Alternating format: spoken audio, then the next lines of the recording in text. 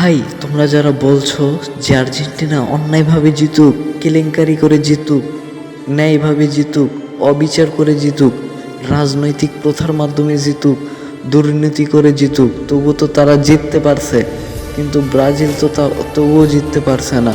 Brazil তো অন্যায়ভাবেও জিততে পারছে না।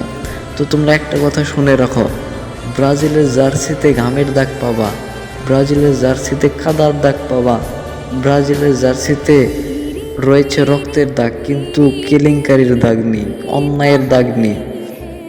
এই জার্সিতে কখনো দুর্নীতির দাগ নেই ভাই।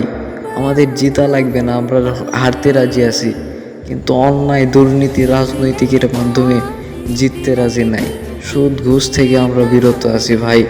আমরা জিতলে ন্যায়ভাবে জিতবো, অন্যায়ভাবে না। হ্যাঁ, এটাই আমাদের সাপোর্ট, এটাই আমাদের ভালোবাসা। আমরা অন্যায়ভাবে জিততে পারি না।